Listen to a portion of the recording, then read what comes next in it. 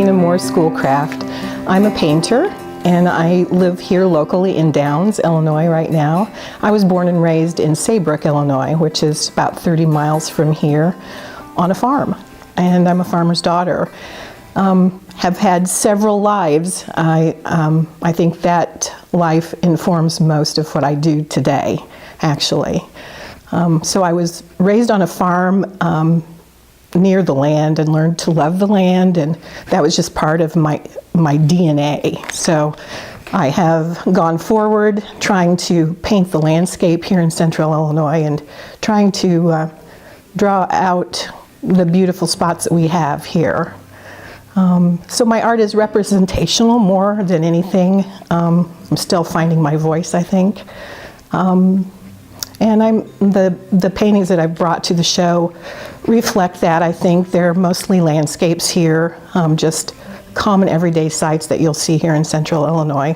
And I want to draw the attention to the very everyday beauty we've got here. We don't have a lot of mountains, we don't have a lot of stunning palm trees waving in the breeze, but we do have a big sky, and we do have lots of rolling landscapes that I've come to love my entire life. I'm David Stratton from Owensboro, Kentucky. Graduated from Illinois State University in 1992. Drawer, painter, graphic designer, teaching at Bresh University since 1996. Drawing, painting, and graphic design, website software. Generally interested in the landscape from hiking and almost anything outdoors. So my inspiration not only comes from being a farmer's daughter, but also from the fact that I was trained as a classical pianist. Took 2 years of that in college, never made it through the senior recital, but I have played piano most of my life and taught piano in my younger years. And there's so many similarities between music and art, I think, and that really impacts what I paint as well, I think. I think art is kind of visual music, or a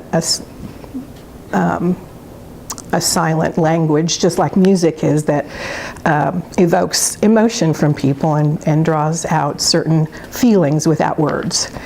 So, sure. What do you want? At Illinois State University, I studied under Jim Butler, Harold Greger, Harold Boyd, Ken Holder, Ray George, Ron Jackson. I forgot the art history professor, but some of the influences from all of them were an interest in being curious and investigating the process. So I think they were very good at that. The other thing that I find inspiring is being out in the countryside, and I've recently taken up plein air painting, and that's P-L-E-I-N, air. It's a French term meaning painting out in the open. And I helped co-found a plein air group here in town, and we've kind of fizzled out at the time, but for a while we had about 8 members, and we met probably 3 times a month, and we would choose a spot and all go out in the actual field and would paint what was in front of us, which is a real challenge because you're faced with weather and the elements and trying to edit out a gazillion bits of information. So, in 2011, I was a landscape painter making layers and layers and layers of paint and caustic over what was a collaged layer of book pages from assorted books. No one never knew that, so in 2011, and the death of Cy Twombly, decided to simplify the process to expose more of the layers and make that process more evident to the general viewer. So it went to ink on paper in a general gestural line structure of overlapping lines.